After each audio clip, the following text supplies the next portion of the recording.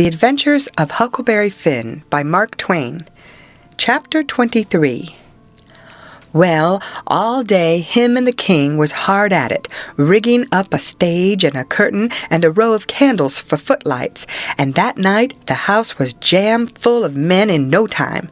When the place couldn't hold no more, the Duke, he quit tending door and went around the back way and come onto the stage and stood up before the curtain and made a little speech and praised up this tragedy and said it was the most thrillingest one that ever was, and so he went on a-bragging about the tragedy and about Edmund Kean the elder, which was to play the main principal part in it, and at last, when he'd got everybody's expectations up high enough, he rolled up the curtain, and the next minute the king come a-prancing out on all fours naked, and he was painted all over, ring-streaked and striped, all sorts of colors, as splendid as a rainbow, but never mind the rest of his outfit. It was just wild, but it was awful funny. The people most killed themselves laughing, and when the king got done capering and capered off behind the scenes, they roared and clapped and stormed and ha-ha'd till he come back and done it over again, and after that they made him do it another time. Well, it would make a cow laugh to see the shines that old idiot cut. Then the Duke, he lets the curtain down and bows to the people and says the great tragedy will be performed only 2 nights more on accounts of pressing London engagements where the seats is all sold already for it in Drury Lane, and then he makes them another bow and says if he has succeeded in pleasing them and instructing them, he will be deeply obliged if they will mention it to their friends and get them to come and see it. 20 people sings out, "What? Is it over? Is that all?" The Duke says yes. Then there was a fine time. Everybody sings out, "Sold!" and rose up mad and was a-going for that stage and them tragedians.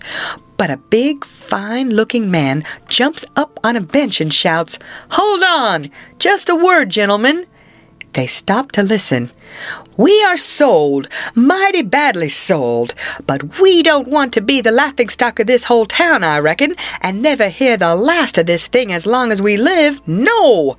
What we want is to go out of here quiet and talk this show up and sell the rest of the town. Then we'll all be in the same boat. Ain't that sensible?"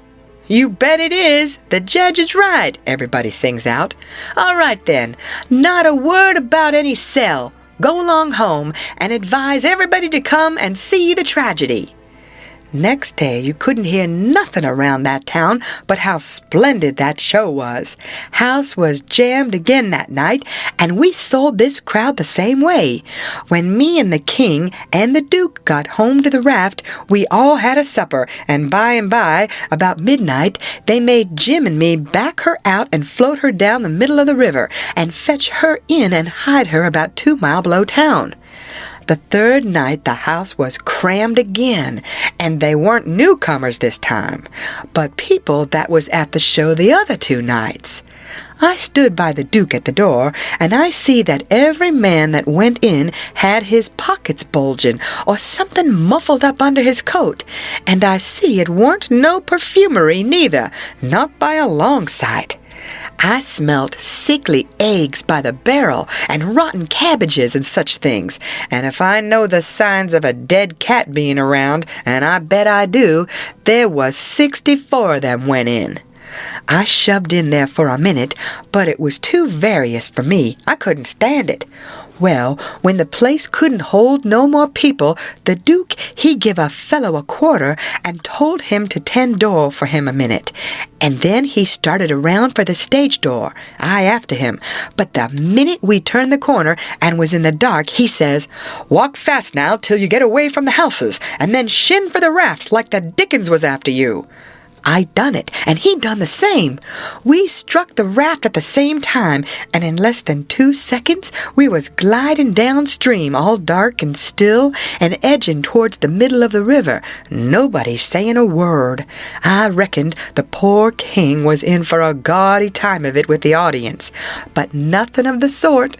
Pretty soon he crawls out from under the wigwam and says, "Well, how'd the old thing pan out this time, Duke?" He hadn't been uptown at all.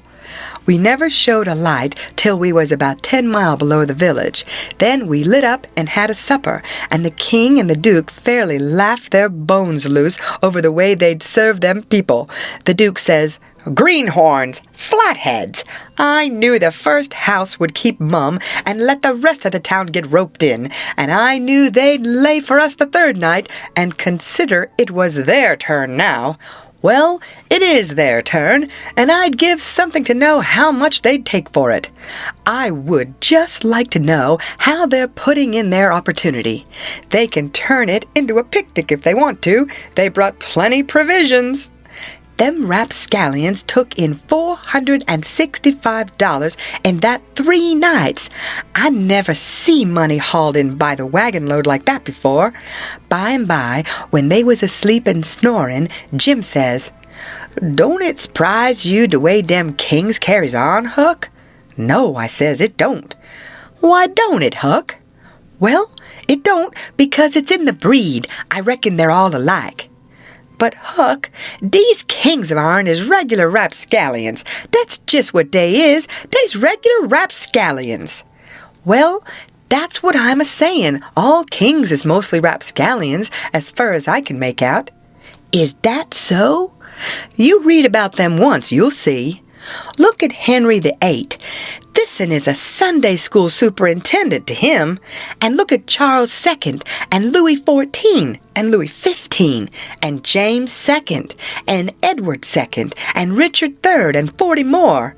Besides, all them Saxon heptarchies that used to rip around so in old times and raise Cain. My, you ought to seen old Henry VIII when he was in bloom. He was a blossom. He used to marry a new wife every day and chop off her head next morning. And he would do it just as indifferent as if he was ordering up eggs. 'Fetch up Nell Gwynn,' he says. They'd fetch her up. Next morning, chop off her head, and they chop it off. 'Fetch up Jane Shore,' he says, and up she comes. Next morning, chop off her head, and they chop it off. 'Ring up Fair Rosamond.' Fair Rosamond answers the bell. Next morning, chop off her head.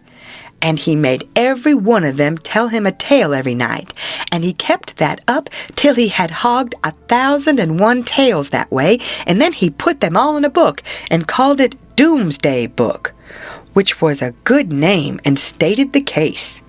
You don't know kings, Jim, but I know them, and this old rip of ourn is one of the cleanest I've struck in history.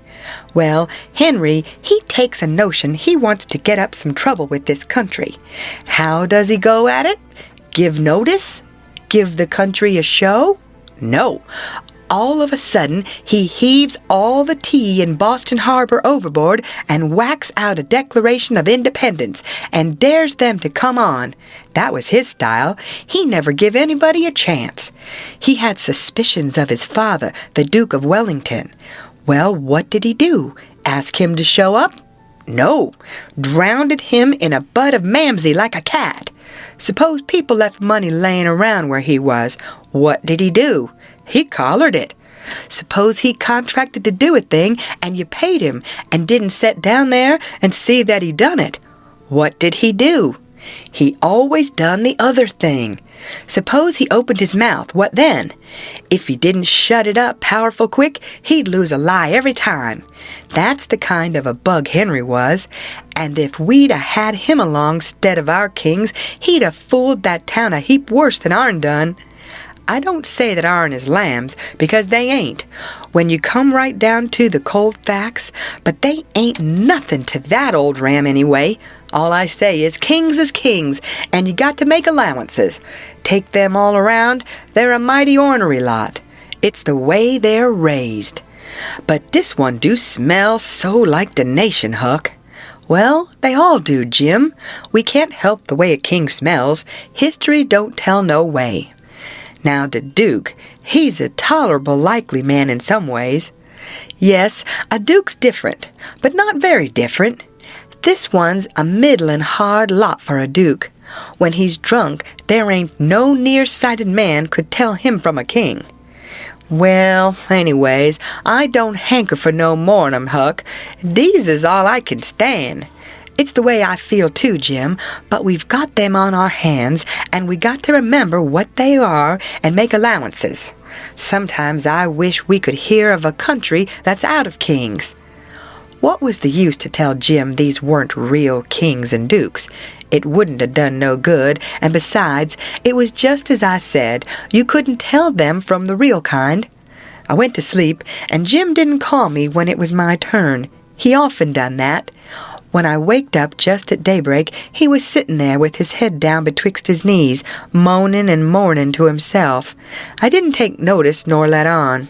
I knowed what it was about. He was thinking about his wife and his children away up yonder, and he was low and homesick because he hadn't ever been away from home before in his life, and I do believe he cared just as much for his people as white folk does for their'n. It don't seem natural, but I reckon it's so. He was often moaning and mourning that way nights when he judged I was asleep and saying, "Po' little Elizabeth, po' little Johnny, it's mighty hard. I spec I ain't ever going to see you no more." He was a mighty good nigger, Jim was. But this time I somehow got to talking to him about his wife and young ones, and by he says, "What makes me feel so bad this time is because I hear something over yonder on the bank like a whack or a slam while ago, and it mind me the time I treat my little Elizabeth so ornery. She weren't only about 4-year-old, and she took the scarlet fever and had a powerful rough spell, but she got well, and one day she was a-standing round, and I says to her, I says, 'Shet the door.' She never done it, just stood there, kind of smiling up at me. It make me mad, and I says again, mighty loud, I says, 'Don't you hear me? Shut the door!' She just stood the same way, kind of smiling up. I was a billin'. I says, 'I lay I make you mine.' And with that, I fetch her a slap side the head that sent her a sprawling. Then I went into the other room and is gone about 10 minutes, and when I come back there, was that door a-standing open yet, and that child standing most right in it, a-looking down and mourning, and the tears running down. My, but I was mad. I was a-gone for that child, but just then it was a door that opened inwards. Just then, long come the wind and slam it to behind the child, kerblam! And my land, the child never move. My breath most hop out of me, and I feel so, I don't know how I feel. I crope out, all a-trembling, and crope around and open the door easy and slow and poke my head in behind the child, soft and still, and all of a sudden I says, "Pow!" just as loud as I could yell. She never budge. Oh, Huck, I bust out a-crying and grab her up in my arms and say, "Oh, the poor little thing, the Lord God Almighty forgive poor old Jim, 'cause he never going to forgive himself as long as he live." Oh, she was plumb deaf and dumb, Huck, plumb deaf and dumb, and I been a-treating her so. End of chapter.